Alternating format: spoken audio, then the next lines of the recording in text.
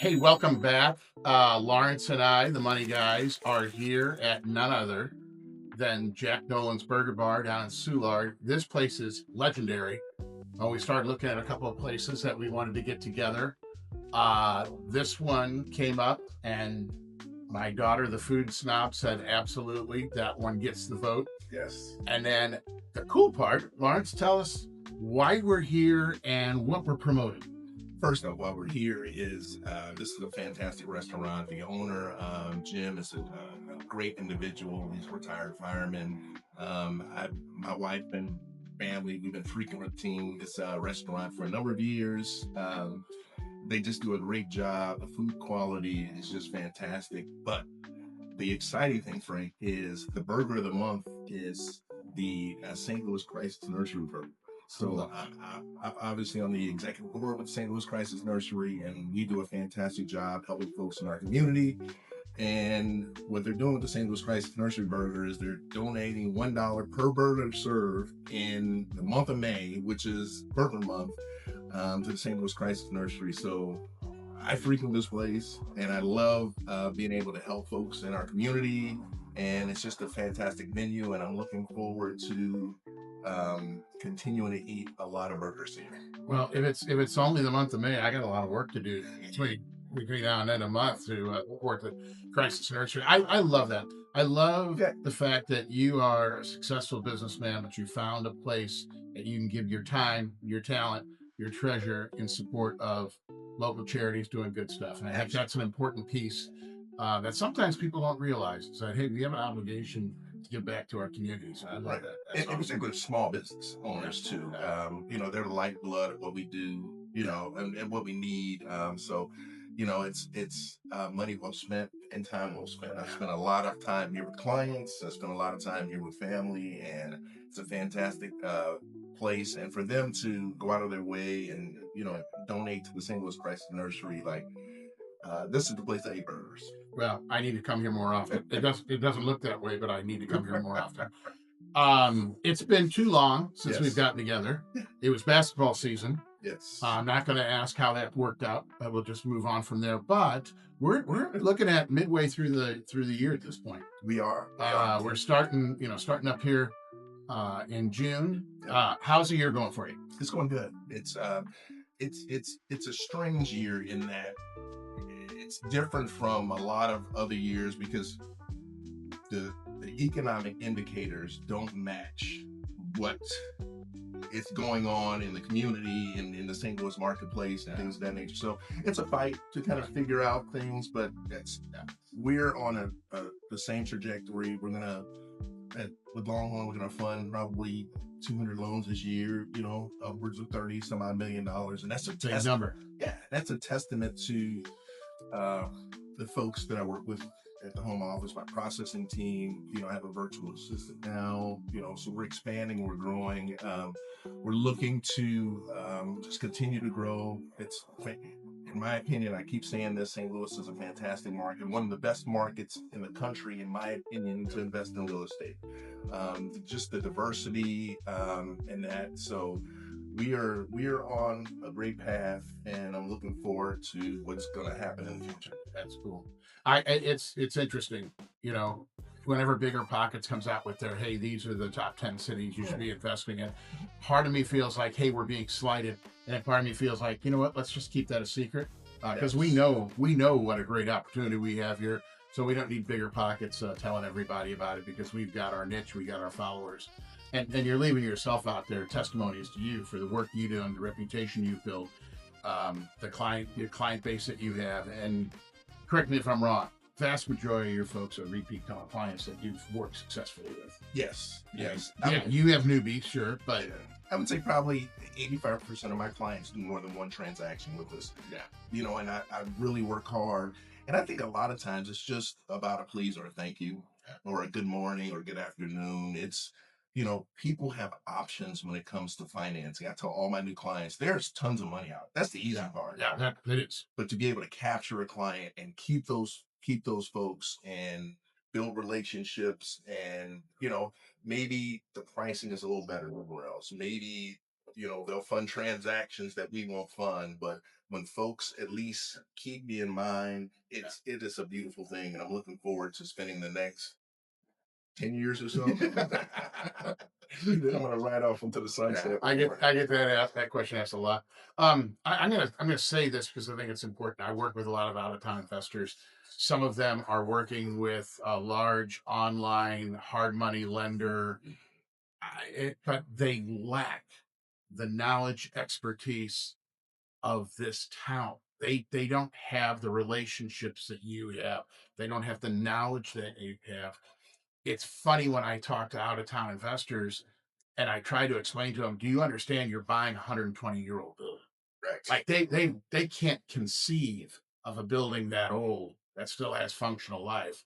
And I'm like, well, go to Europe and you'll see some really old buildings, but Right. but a 120-year-old building in St. Louis is not that old, and No, you're right. it's the bread and butter of a lot of people's investment portfolio. Right. But you have to know what you're doing with that. You absolutely do. St. Louis is a fantastic city. Born and raised here. I love St. Louis, but it'll chew you up. Yeah, Like, yeah, if you take on more than you can handle, yeah.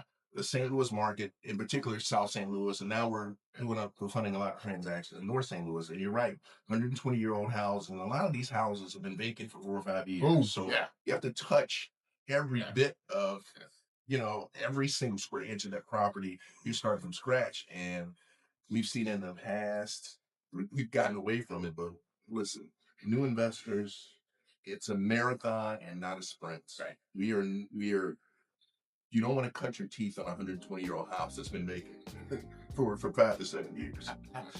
All right, so really quick, we're having a great year. I'm excited about where we're at. Um, where we're at right now, it's a weird time in that we saw lowest rates that we'd seen at the end of February, and we got into a little skirmish, I'll call it, in the Middle East. Straits of Hormuz are causing us a lot of grief. Oil up over 100, 10-year Treasury up over 4.6.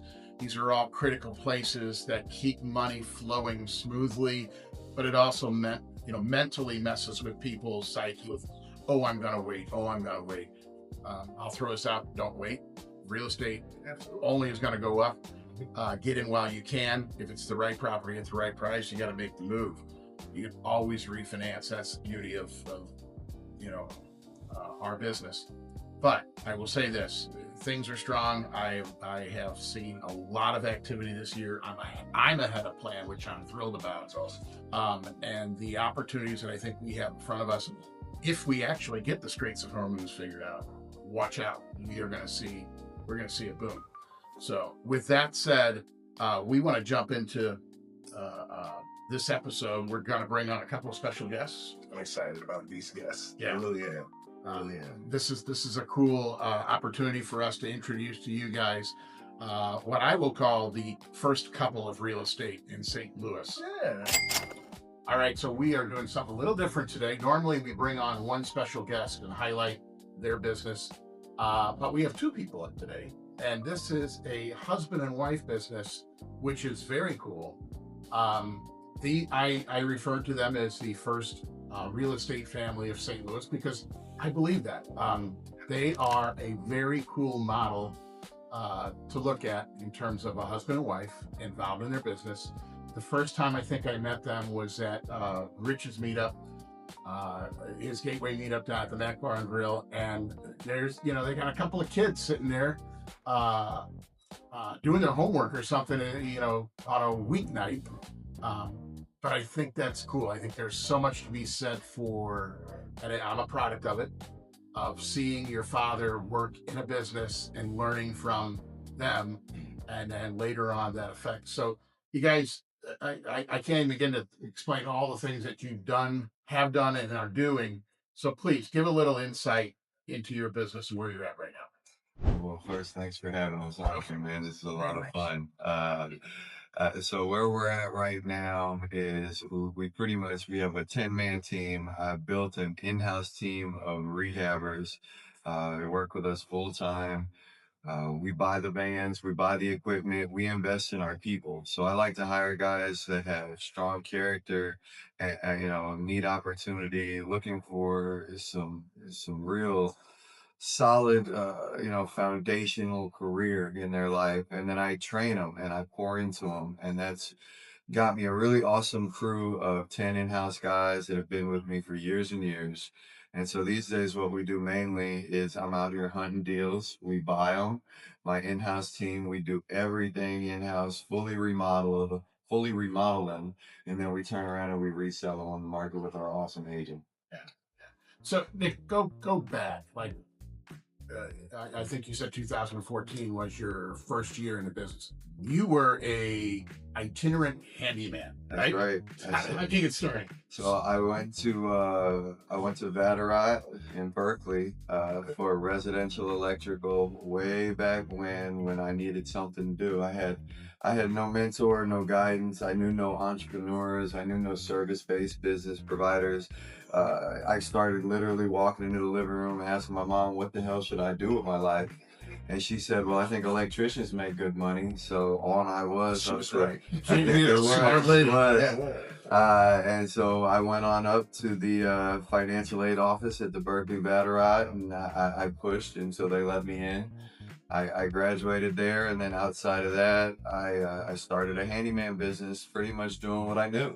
And so I got a pickup truck and a tool bag, and I started switching out light switches and things that I had learned from residential electrical school. And I hopped on YouTube University, and I learned how to do landscaping stuff and install mailboxes, and it was just a one-man show real early on. But then you realized at one point you can't be a one-man show. You need a chief executive officer who's going to keep your rear end in mind, didn't you? Yeah, well, she's been there since the whole time I've started. She keeps me going. We've done business together and we've been married for 12 years, and we've done business together for 12 years. So literally, and thankfully, my wife and I do not work together. She has her place in the world at Cardinal Glennon, and I have my place in the world at Guild. But what's the dynamic, literally, because you guys are with each other all the time, both from a work and a personal standpoint. So what's that work dynamic? Oh, as much as we are head over heels in love, That's awesome. that dynamic can get challenging because you never have any breathing room. So it's almost like on top of the friction and the challenges of building and developing, you also kind of run out of things to talk about. I'm always with you. What do we have to? I know what you've been doing for the last 180 hours. What do we have to talk about? But we've navigated our way through that. It's been a building process. It's been a growing process. But we've learned that communication and compromise are key. No, you're absolutely right about that. Being married to you guys work together. Yeah, Marty and I, we work together every day. And less about business, but more about just growing together, and understanding what she needs is very important to my happiness. Absolutely. So making sure we're on the same page. So with business, with life, individually, as a couple, financially, spiritually, and that we want to continue to grow. And I'd love to see, that's why I love having you guys on. I love to see married couples build. I love to see, and I've watched you guys from a distance. You were one of my first clients with Longhorn Investments. We go way back. The way back, right? And I remember you were like, how does this work? Yeah, buddy. And to see where you are now, is a great testimony to not only the opportunities that are available, but you personally, it's a challenge, Absolutely. and you get there are more obstacles than there are opportunities. So for you to be able to navigate through that, build a great family, to have a wonderful wife at your side, I love having a wife with me. Same. I don't make the mistakes. Because I can always say I have somebody who has a best interest in our success. She's the strong side of my brain. Yes. Hey, all right. I am lucky that I am going to use that. Yeah, definitely going to use that. Yeah. I think where it also is really important is that for what we're building. It's good to be on the same page. It's good that we're parallel in for our children and for what's coming next. Is that's in the beginning, I'm off here working, and he's going to watch him and watch him build and watch him grow. And then as we talk, you see that this is what's best for both of us. This is our goal. This is the path we both want to be on. And so it works the best that we do it together. Yeah, she had a lot of faith in me in the beginning Yeah. because the results weren't always there. But sometimes she saw things that I couldn't even see yet, and when I was ready to give up, she would motivate me to keep on going, and we lean on each other when we need it, and so that makes for a real strong team. Yeah, no, absolutely. And it's not. It's not for everyone. I don't know that my wife and I could work together. We'll see where the next chapter in life goes. Speaking of next chapter, new shirts you guys are sporting. Yeah, this is our first little. We had to rush the t-shirt lady last night to get us a couple hot prints out so we could have something for today. But what I ran and operated for 12 years was Nick's All Around Improvements. Right. So I started Nick's All Around Improvements August 2014. Like I kind of mentioned, I started it with a 98 Ram pickup truck, 2-seater, and a tool bag, doing what I could, sitting outside of Home Depot with a magnetic logo on the side of my truck saying, hey, we'll work for money, and I did that for 12 years. I learned a lot. I've grown. I've gotten connected and plugged into an awesome network of amazing people. And that brought me here.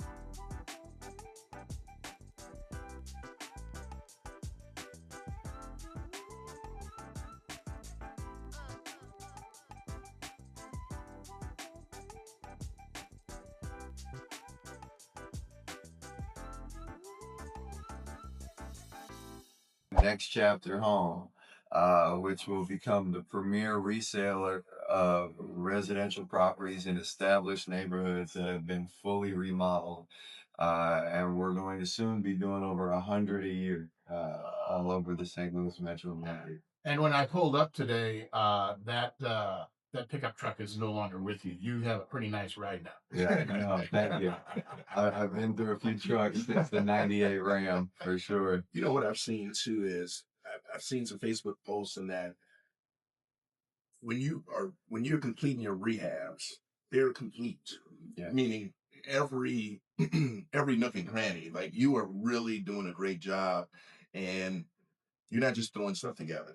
And we see that a lot in the industry where, hey, just slap on some paint and that, but you guys are cognizant of the fact that human beings Yes. and families are actually going to live in these properties. That's You want them to be safe. And then it's just a little bit extra, just a little bit will establish pride of ownership in a tenant. And that's what you want. That's how you keep tenants longer. And I see a lot of real estate investors that slap on paint and they're like, I can't keep a tenant. Well, of course you can, because you're not creating a home. Absolutely. You're creating a house, a place to live. But I've seen the things that you're doing, and people are lucky to have you as landlords. Yeah, They I are. appreciate that. My job is to build beautiful homes. It's not to cherry pick what neighborhood needs a beautiful home. Wherever I'm at and wherever I've chose to invest my time, it deserves everything that I can bring to the table, and we do that every time without fail. And I mean, that's one of the most important things to him. And that's just the culture of our business is that, like you said, every nook, every cranny, somebody's going to be living here, somebody's child's going to be playing here. It's 100% important that this is a beautiful, comfortable home. Yeah, we need more of that. Yeah. We really do. How do you get top dollar offer if you're not going to put in top dollar effort? Right. Yeah. True. So it was interesting. I was talking to, this guy is a very close friend and very respected in the community. Guy named Steve Young, got the property management, and then he has multiple other businesses tied to that. And Steve was telling me, he's like, county especially, is getting very particular about coming in and saying, "Oh, this all looks good, but there was work done prior to this. Let's take down the drywall. Let's look behind this. Let's look." Tell me what the state of business is right now, and what are you seeing in that? Because man, that's a curveball, right? Man, that's very true. St. Louis County has really cracked down. If they notice any remodeling that's been done, they want full integrated permits pulled to cover any of the remodeling. That's why I tell investors, especially when they're just getting started, don't forget to network your trades, your contractors. A lot of these people are out here and they're networking the money guys. They're networking the wholesalers. They're doing all the due diligence of getting themselves prepared, but they rely on this one handyman guy they know named Bill, or the one plumber that they've known for 5 years, or their uncle, right, or a family member that said they can do it. Yeah. So you need to build a Rolodex of really good trades before you get into this business, because you want people that you can rely on, that are capable, that have your best interest and the property's best interest in mind. So when that kind of stuff does happen, you're not pulling names out of a phone book, because contractors do not like going behind other people's work and certifying it if they didn't do it. You're going to pay for that. Nick, two things. One, I consider you a young guy, but you've just used two terms that I get in trouble for: phone book and Rolodex. Nobody knows what they are anymore. Right? But this is the point that I was getting at, and that is, this is where your value shines, because you know your craft. And when you get into a property and you think it's as simple as the term we like to use is lipstick on a pig, it's like, oh yeah, I can do this. And somebody comes through on an inspection and says, I want to see what's behind that wall. Now it's a whole nother deal. And your budget, your time frames, everything's just been blown.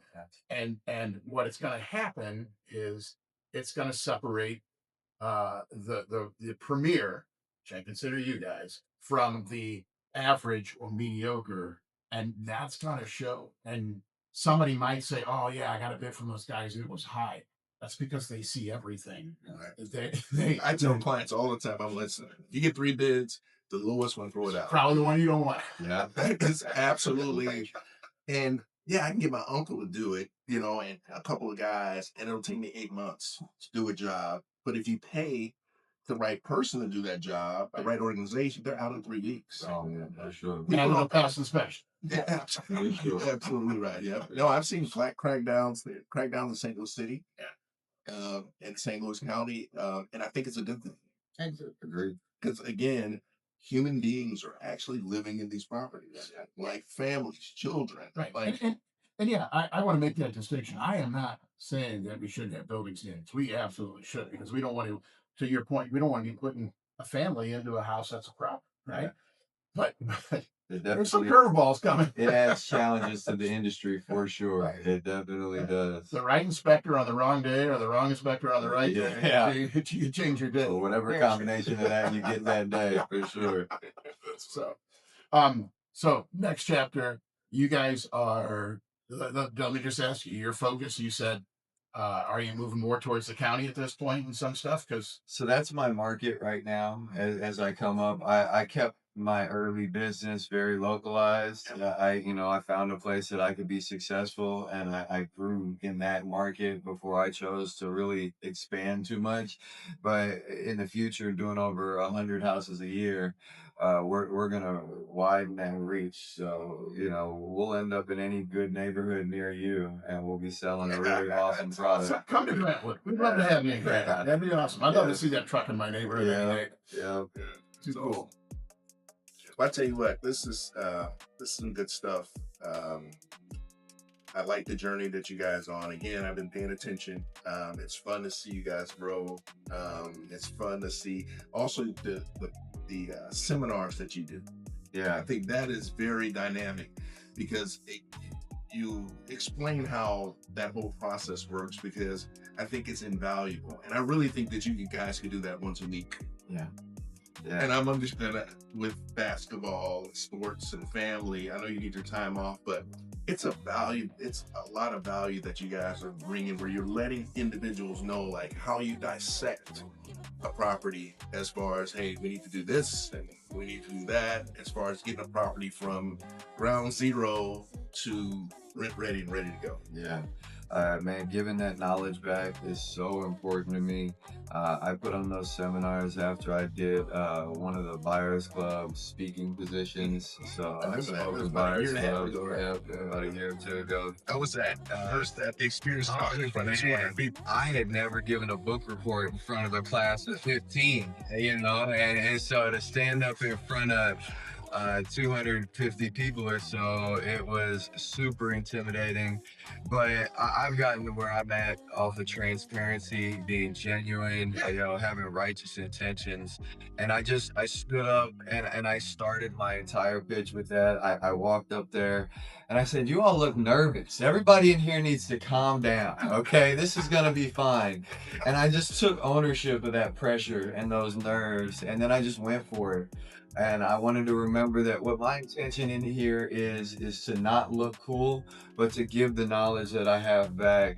And there's nothing to be nervous about that.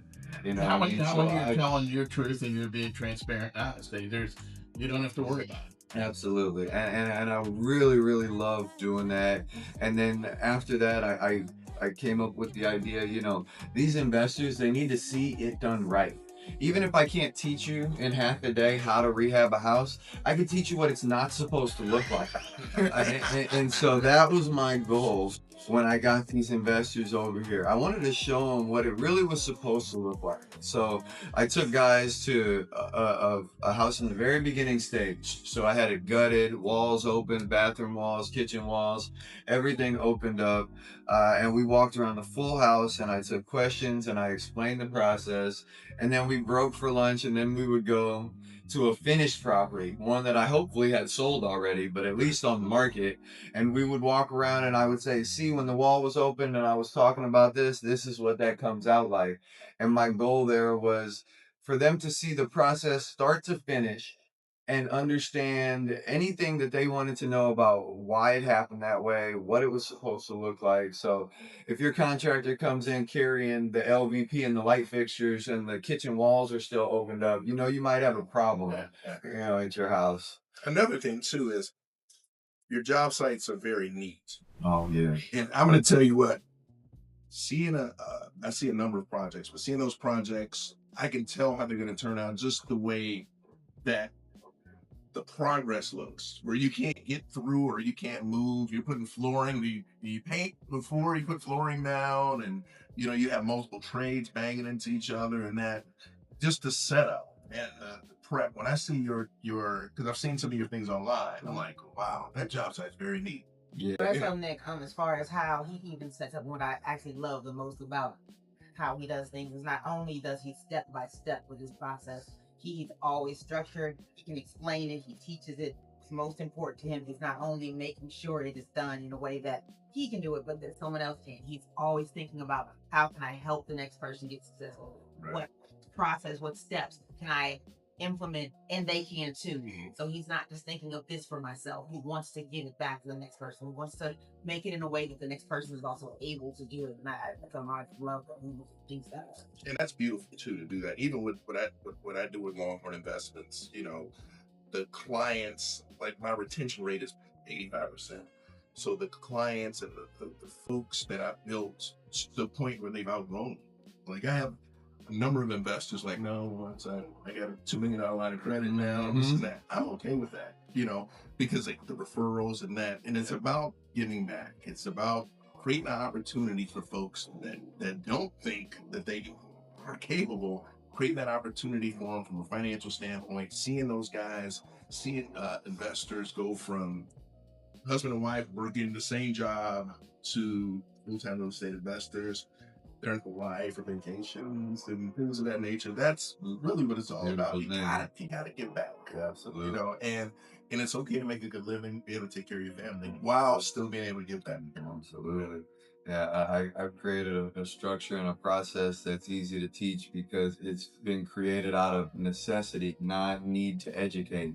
I create my process comes from me being in there and remodeling these houses with my own hands and seeing what works the best. And you can't structure chaos. So I keep my job sites clean and efficient, not just to work in, but to look at, but to talk about.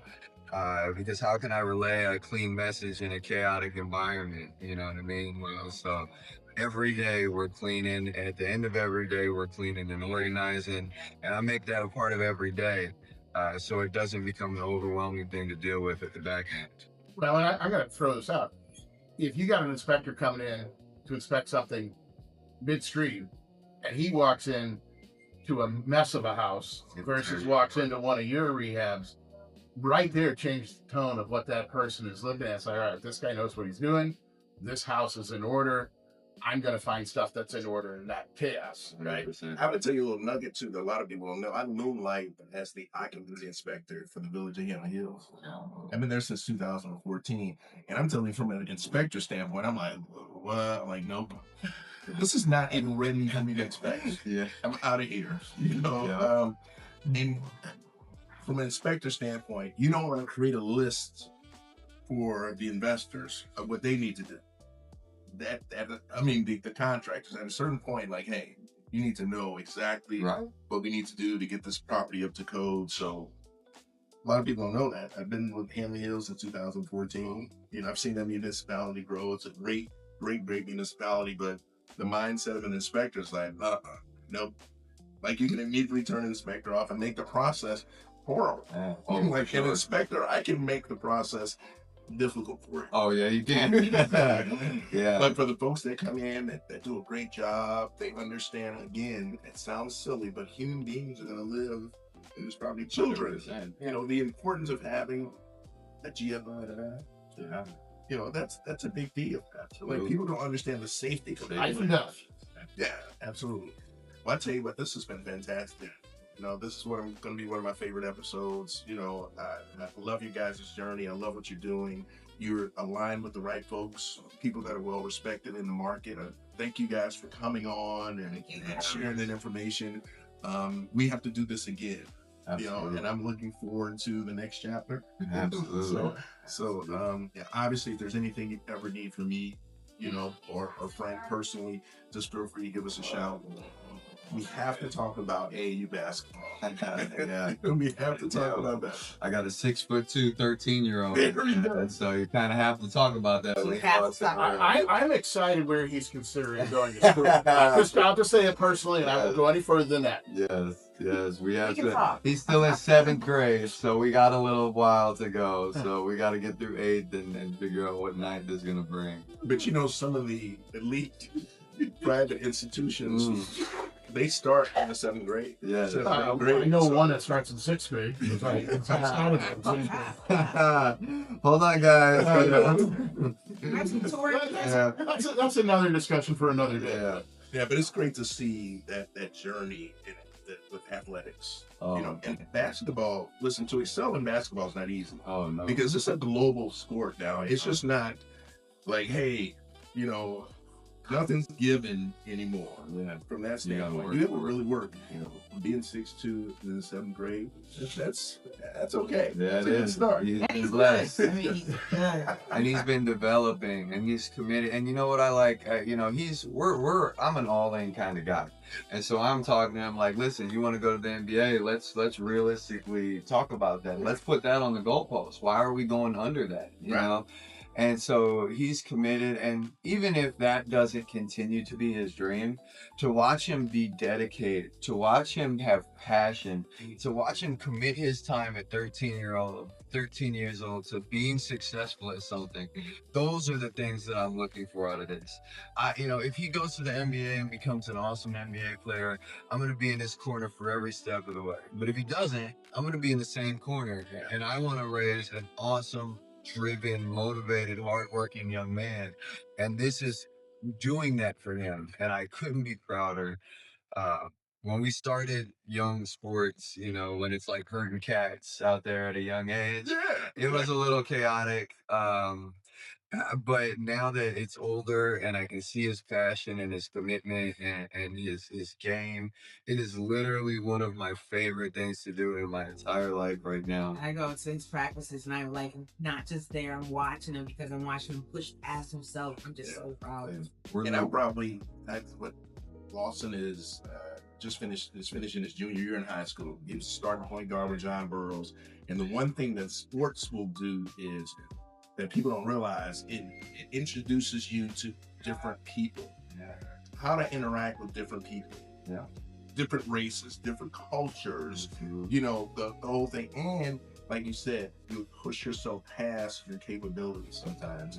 And then you realize that, wait a minute, like I can do anything. I can do anything. And then that will transition business to life, you know, a commitment to pushing yourself to be better because they've been through it, you know, and from a teamwork standpoint.